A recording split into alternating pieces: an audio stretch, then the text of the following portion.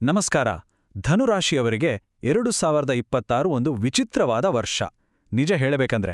ಯಾಕಂದ್ರೆ ಒಂದು ಕಡೆ ಸವಾಲುಗಳು ಬೆನ್ನ ಹತ್ತಿದ್ರೆ ಇನ್ನೊಂದು ಕಡೆ ಯಾವುದೋ ಒಂದು ದೈವಿಕ ಶಕ್ತಿ ನಿಮ್ಮನ್ನ ಕಾಪಾಡುತ್ತೆ. ಸೊ ಈ ವರ್ಷದ ಅವಕಾಶಗಳೇನು, ಅಡೆತಡೆಗಳೇನು, ಬನ್ನಿ ಇದನ್ನ ಆಳವಾಗಿ ಅರ್ಥ ಮಾಡ್ಕೊಳ್ಳೋಣ. ಮೊದಲನೇದಾಗಿ ನಾವು ಮಾತಾಡ್ತಿರೋದು ಧನುರಾಶಿಯ ಬಗ್ಗೆ, ಅಂದ್ರೆ ನಿಮ್ಮ ಚಂದ್ರ ರಾಶಿ. ನಿಮ್ಮ ಜನ್ಮನಕ್ಷತ್ರ ಮೂಲ ಪೂರ್ವಾಷಾಢ ಅಥವಾ ಉತ್ತರಾಷಾಢದ 1ನೇ ಪಾದ ಆಗಿದ್ರೆ ಈ ವಿಶ್ಲೇಷಣೆ ನಿಮಗಾಗಿಯೇ. ನಿಮ್ಮ ರಾಶಿಯ ಅಧಿಪತಿ ಯಾರು? ಜ್ಞಾನಕ್ಕೆ, ಅದೃಷ್ಟಕ್ಕೆ ಕಾರಕನಾದ ಗುರುಗ್ರಹ. 2026 ವರ್ಷವನ್ನ ಒಂದೇ ಒಂದು ಲೈನಲ್ಲಿ ಹೇಳೋದಾದ್ರೆ ಅದು ಭಯ ಮತ್ತು ದೈವಿಕ ರಕ್ಷಣೆಯ ವರ್ಷ. ಏನಿದರರ್ಥ? ಅಂದ್ರೆ ಮನಸ್ಸಿನೊಳಗೆ, ಮನೆಯೊಳಗೆ ಕೆಲವು ಸವಾಲುಗಳು, ಒಂದು ರೀತಿ ಒತ್ತಡ ಇರುತ್ತೆ. ಆದರೆ ಹೊರಗಿನ ಜಗತ್ತಿನಲ್ಲಿ ಒಂದು ಅದೃಶ್ಯ ಶಕ್ತಿ ನಿಮ್ಮ ಜೊತೆ ಇದ್ದು ನಿಮ್ಮನ್ನ ಮುಂದೆ ನೂಕುತ್ತೆ, ಕಾಪಾಡುತ್ತೆ. ಇದೇ ದ್ವಂದ್ವಧಾನೆ 2026ರ ನಿಮ್ಮ ಸಂಪೂರ್ಣ ಕಥೆ. ಸರಿ, ಈ ವಿಶ್ಲೇಷಣೆಯಲ್ಲಿ ನಾವು ಏನೆಲ್ಲ ನೋಡ್ತೀವಿ ಅಂದ್ರೆ, ಮೊದಲು ಈ ವರ್ಷದ ದ್ವಂದ್ವ ಸ್ವಭಾವವನ್ನ ಅರ್ಥ ಮಾಡ್ಕೊಳ್ಳೋಣ. ಆಮೇಲೆ ಯಾವ ಗ್ರಹಗಳು ನಿಮ್ಮ ಮೇಲೆ ಪ್ರಭಾವ ಬೀರುತ್ತಿವೆ, ನಿಮ್ಮ ಕೆರಿಯರ್, ಫ್ಯಾಮಿಲಿ ಮೇಲೆ ಇದರ ಪರಿಣಾಮವೇನು, ನಿಮ್ಮ ನಕ್ಷತ್ರಕ್ಕೆ ಸ್ಪೆಸಿಫಿಕ್ ಆಗಿ ಏನು ಭವಿಷ್ಯವಿದೆ, ಮತ್ತು ಕೊನೆಗೆ ಈ ವರ್ಷವನ್ನ ಯಶಸ್ವಿಯಾಗಿ ನಿಭಾಯಿಸೋದು ಹೇಗೆ ಅಂತ ನೋಡೋಣ. ಓಕೆ, ಹಾಗಾದ್ರೆ ಆ ದ್ವಂದ್ವದ ಬಗ್ಗೆನೇ ಮೊದಲು ಮಾತಾಡೋಣ. 2026ರ ಮೇನ್ ಸ್ಟೋರಿನೇ ಇದು. ಮನೆಯಲ್ಲಿ ಒಂದು ರೀತಿ ಒತ್ತಡ, ಆದರೆ ಹೊರ ಜಗತ್ತಿನಲ್ಲಿ, ಸಾರ್ವಜನಿಕ ಜೀವನದಲ್ಲಿ ನಿಮಗೆ ಸಿಗುವ ಶಕ್ತಿ, ಇದರ ನಡುವಿನ ಒಂದು ಸೆಣಸಾಟ. ನೋಡಿ, ಈ ವರ್ಷ ಯಶಸ್ಸು ಸಿಗ್ಬೇಕಂದ್ರೆ ಎರಡು ಬೇರೆ ಬೇರೆ ಎನರ್ಜಿಗಳನ್ನ ಬ್ಯಾಲೆನ್ಸ್ ಮಾಡಲೇಬೇಕು. ಮನೆ ವಿಷಯದಲ್ಲಿ ಎಷ್ಟು ಸಾಧ್ಯವೋ ಅಷ್ಟು ತಾಳ್ಮೆ, ಸಹನೆ ತೋರಿಸಿ. ಆದರೆ ಹೊರಗೆ ನಿಮ್ಮ ವೃತ್ತಿ ಜೀವನದಲ್ಲಿ ಅಷ್ಟೇ ಧೈರ್ಯವಾಗಿ ಹೆಜ್ಜೆ ಇಡಬೇಕು, ಲೀಡರ್ಶಿಪ್ ತಗೋಬೇಕು. ಈ ಬ್ಯಾಲೆನ್ಸ್ ಇದೆಯಲ್ಲ, ಅದೇ ನಿಮ್ಮ ಯಶಸ್ಸಿನ ಕೀಲಿಕೈ. ಹಾಗಾದ್ರೆ ಈ ಕಥೆಯನ್ನ ರೂಪಿಸ್ತಿರೋ ಮುಖ್ಯ ಪಾತ್ರಧಾರಿಗಳು ಯಾರು? ಬೇರೆ ಯಾರೂ ಅಲ್ಲ, ಗ್ರಹಗಳು. 2026ರಲ್ಲಿ ನಿಮ್ಮ ಜೀವನವನ್ನು ಡಿಸೈನ್ ಮಾಡ್ತಿರೋ ಮೇನ್ ಪ್ಲಾನೆಟ್ಸ್ ಯಾವುದು ಅಂತ ಈಗ ನೋಡೋಣ. ವರ್ಷದ ದೊಡ್ಡ ಕಾಂಟ್ರಾಸ್ಟೇ ಇಲ್ಲೇ ಇದೆ ನೋಡಿ. ಒಂದು ಕಡೆ 4ನೇ ಮನೆಯಲ್ಲಿ ಶನಿ ಇದ್ದಾನೆ. ಇದನ್ನ ಅರ್ಧಾಷ್ಟಮ ಶನಿ ಅಂತ ಕರೀತಾರೆ. ಇದು ಮನೆಯಲ್ಲಿ ಮತ್ತು ಮನಸ್ಸಲ್ಲಿ ಒಂದು ರೀತಿ ಭಾರ, ಚಿಂತೆ, ಜವಾಬ್ದಾರಿಗಳನ್ನು ಜಾಸ್ತಿ ಮಾಡುತ್ತೆ. ಆದರೆ ಇನ್ನೊಂದು ಕಡೆ ನೋಡಿ, 3ನೇ ಮನೆಯಲ್ಲಿ ರಾಹು ಪವರ್ಫುಲ್ ಆಗಿದ್ದಾನೆ. ಆತ ನಿಮಗೆ ಎಂಥ ಧೈರ್ಯ, ಕಮ್ಯುನಿಕೇಷನ್ ಸ್ಕಿಲ್ ಕೊಡ್ತಾನೆ ಅಂದ್ರೆ ನಿಮ್ಮ ಸ್ವಂತ ಪ್ರಯತ್ನದಿಂದಲೇ ಗೆಲ್ಲುವ ಶಕ್ತಿಯನ್ನ ತುಂಬುತ್ತಾನೆ. ಈ ಎಲ್ಲ ಸವಾಲುಗಳ ಮಧ್ಯೆ ನಿಮ್ಮ ರಾಶಿಯ ಅಧಿಪತಿ ಗುರು ನಿಮ್ಮ ರಕ್ಷಣಾ ಕವಚವಾಗಿ ನಿಲ್ಲುತ್ತಾನೆ.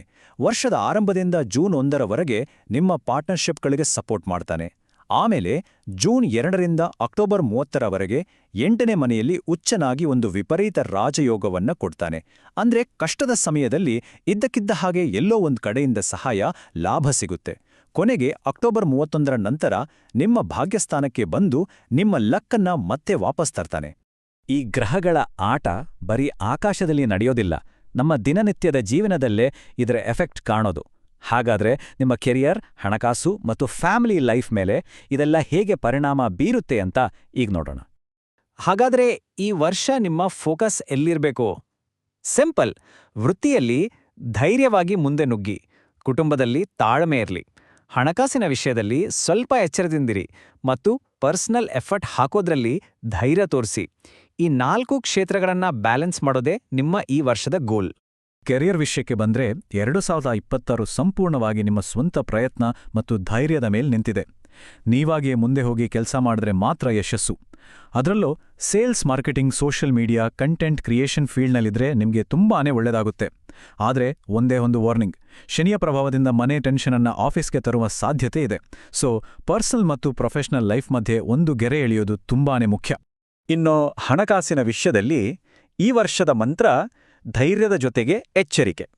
ರಾಹುವಿನಿಂದಾಗಿ ನಿಮ್ಮ ಸ್ವಂತ ಪ್ರಯತ್ನ, ಸೈಡ್ ಬಿಸ್ನೆಸ್ನಿಂದ ದುಡ್ಡು ಬರುತ್ತೆ.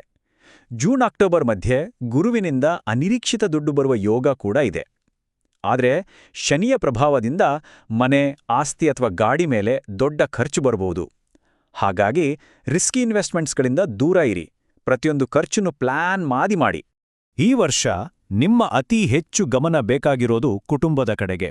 4ನೇ ಮನೆಯ ಶನಿ ಮನೆಯ ವಾತಾವರಣವನ್ನ ಸ್ವಲ್ಪ ಭಾರವಾಗಬಹುದು. ತಾಯಿಯ ಆರೋಗ್ಯದ ಕಡೆ ಗಮನ ಕೊಡಬೇಕಾಗುತ್ತೆ. ತಂದೆ ಅಥವಾ ಗುರುಗಳ ಜೊತೆ ಐಡಿಯಾಲಜಿಕಲ್ ಕ್ಲಾಶ್ ಆಗಬಹುದು. ಆದರೆ ಇಲ್ಲೊಂದು ಪಾಸಿಟಿವ್ ಪಾಯಿಂಟ್ ಇದೆ. ವರ್ಷದ ಮೊದಲ ಭಾಗದಲ್ಲಿ ನಿಮ್ಮ ಲೈಫ್ ಪಾರ್ಟ್ನರ್ ಜ್ಞಾನಪೂರ್ಣ ಸಲಹೆಗಳೊಂದಿಗೆ ನಿಮ್ಮ ದೊಡ್ಡ ಸಪೋರ್ಟ್ ಆಗಿ ನಿಲ್ತಾರೆ. ಇದುವರೆಗೆ ನಾವು ಧನುರಾಶಿಯ ಜನರಲ್ ಪ್ರಿಡಿಕ್ಷನ್ ನೋಡಿದ್ವಿ. ಈಗ ಬನ್ನಿ ಇನ್ನಷ್ಟು ಪರ್ಸನಲೈಸ್ಡ್ ಆಗಿ ನೋಡೋಣ. ನಿಮ್ಮ ಜನ್ಮ ನಕ್ಷತ್ರದ ಆಧಾರದ ಮೇಲೆ ಈ ವರ್ಷ ನಿಮಗಾಗಿ ಇನ್ನೇನು ವಿಶೇಷತೆಗಳನ್ನ ಇಟ್ಟಿದೆ ಅಂತ ತಿಳಿಯೋಣ. ಮೂಲ ನಕ್ಷತ್ರದವರೇ ಕೇಳಿ, ನಿಮಗಿದು ಒಂದು ಟ್ರಾನ್ಸ್ಫಾರ್ಮೇಷನ್ ವರ್ಷ. ಕೆರಿಯರ್ನಲ್ಲಿ ಸಡನ್ ಚೇಂಜಸ್ ಆಗ್ಬೋದು. ಶುರುಗೆ ಸ್ವಲ್ಪ ಕಷ್ಟ ಅನಿಸಿದ್ರೂ ಲಾಂಗ್ ಟರ್ಮ್ನಲ್ಲಿ ಇದು ಒಳ್ಳೆಯದಕ್ಕೆ. ಸಂಬಂಧಗಳಲ್ಲಿ ಇಂಟೆನ್ಸಿಟಿ ಜಾಸ್ತಿ ಇರುತ್ತೆ, ಸೊ ಪ್ರಾಮಾಣಿಕವಾಗಿರೋದು ತುಂಬಾನೇ ಮುಖ್ಯ. ಹಣಕಾಸಿನಲ್ಲಿ ಏರಿಳಿತಗಳು ಇರೋದ್ರಿಂದ ನಿಮ್ಮ ಹೆಲ್ತ್ ಮೇಲೆ, ಅದರಲ್ಲೂ ಸ್ಟ್ರೆಸ್ ಮ್ಯಾನೇಜ್ಮೆಂಟ್ ಮೇಲೆ ಫೋಕಸ್ ಮಾಡಿ. ಇನ್ನು ಪೂರ್ವಾಷಾಢ ನಕ್ಷತ್ರದವರಿಗೆ ಈ ವರ್ಷ ನಿಮ್ಮ ತಾಳ್ಮೆ ಮತ್ತು ನಿರಂತರ ಪ್ರಯತ್ನವನ್ನು ಪರೀಕ್ಷೆ ಮಾಡುತ್ತೆ.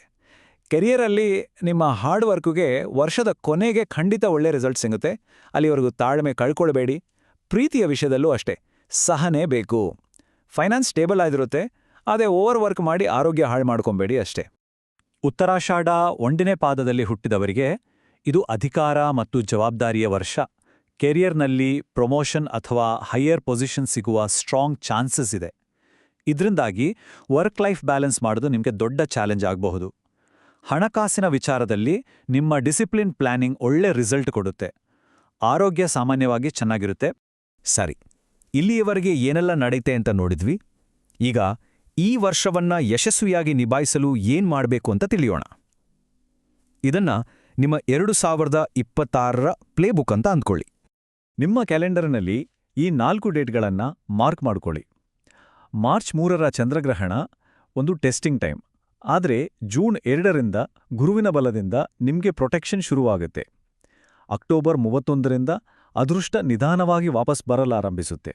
ಮತ್ತು ಡಿಸೆಂಬರ್ 6ರ ರಾಹುಕೇತು ಬದಲಾವಣೆ ನಿಮ್ಮ 2027ರ ದಾರಿಯನ್ನೇ ನಿರ್ಧಾರ ಮಾಡುತ್ತೆ. ಮಾರ್ಚ್ 3ರ ಚಂದ್ರಗ್ರಹಣದ ಬಗ್ಗೆ ಸ್ವಲ್ಪ ಜಾಸ್ತಿನೇ ಕೇರ್ಫುಲ್ ಆಗಿರಿ, ಯಾಕಂದರೆ ಇದು ನಿಮ್ಮ ಭಾಗ್ಯಸ್ಥಾನದ ಮೇಲೆ ಎಫೆಕ್ಟ್ ಮಾಡುತ್ತೆ. ಸೊ ಈ ದಿನದ ಅಕ್ಕಪಕ್ಕ ಅಂದರೆ ಒಂದು 15 ದಿನ ಯಾವುದೇ ದೊಡ್ಡ ಫೈನಾನ್ಷಿಯಲ್ ರಿಸ್ಕ್ ತಗೋಬೇಡಿ. ದೂರದ ಪ್ರಯಾಣವನ್ನ ಸಾಧ್ಯವಾದರೆ ಮುಂದಕ್ಕೆ ಹಾಕಿ. ಮಾನಸಿಕ ಶಾಂತಿಗಾಗಿ ದೇವಸ್ಥಾನಕ್ಕೆ ಹೋಗೋದು, ಧ್ಯಾನ ಮಾಡೋದು ತುಂಬಾನೇ ಒಳ್ಳೆಯದು. ಈ ಗ್ರಹಗಳ ಶಕ್ತಿಯನ್ನ ಬ್ಯಾಲೆನ್ಸ್ ಮಾಡೋಕ್ಕೆ ಇಲ್ಲಿ ಕೆಲವು ಸಿಂಪಲ್ ಪರಿಹಾರಗಳಿವೆ. ಶನಿಯಿಂದ ಬರೋ ಮಾನಸಿಕ ಒತ್ತಡಕ್ಕೆ ಹನುಮಾನ್ ಚಾಲೀಸಾ ಪಠಣ ಮಾಡೋದು ಸಹಾಯ ಮಾಡುತ್ತೆ. ರಾಹುವಿನ ಧೈರ್ಯವನ್ನ ಒಳ್ಳೆದಕ್ಕೆ ಬಳಸೋಕೆ ಯಾವಾಗ್ಲೂ ಸತ್ಯ ಮಾತಾಡಿ.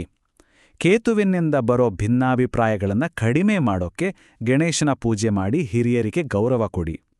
ಓವರಾಲ್ ಆಗಿ ಒಳ್ಳೆದಾಗೋಕೆ ನಿಮ್ಮ ರಾಶ್ಯಾಧಿಪತಿ ಗುರುವಿಗಾಗಿ ವಿಷ್ಣು ಸಹಸ್ರನಾಮ ಪಠಿಸಿ. ನೋಡಿ, 2026 ಖಂಡಿತವಾಗಿಯೂ ಸವಾಲುಗಳನ್ನು ತರುತ್ತೆ. ಆದರೆ ಒಂದು ಮಾತು ನೆನ್ಪಿಡಿ, ಪ್ರತಿಯೊಂದು ಸವಾಲಿನಲ್ಲೂ ಒಂದು ಅವಕಾಶ ಇದ್ದೇ ಇರುತ್ತೆ. ಹಾಗಾದ್ರೆ ಈ ವರ್ಷದ ಸವಾಲುಗಳನ್ನೇ ನಿಮ್ಮ ಅತಿ ದೊಡ್ಡ ಶಕ್ತಿಯಾಗಿ ಬದಲಾಯಿಸೋಕೆ ಆ ಧೈರ್ಯ ಮತ್ತು ತಾಳ್ಮೆಯನ್ನ ಹೇಗೆ ಬಳಸ್ಕೊಳ್ತೀರಿ ಯೋಚನೆ ಮಾಡಿ.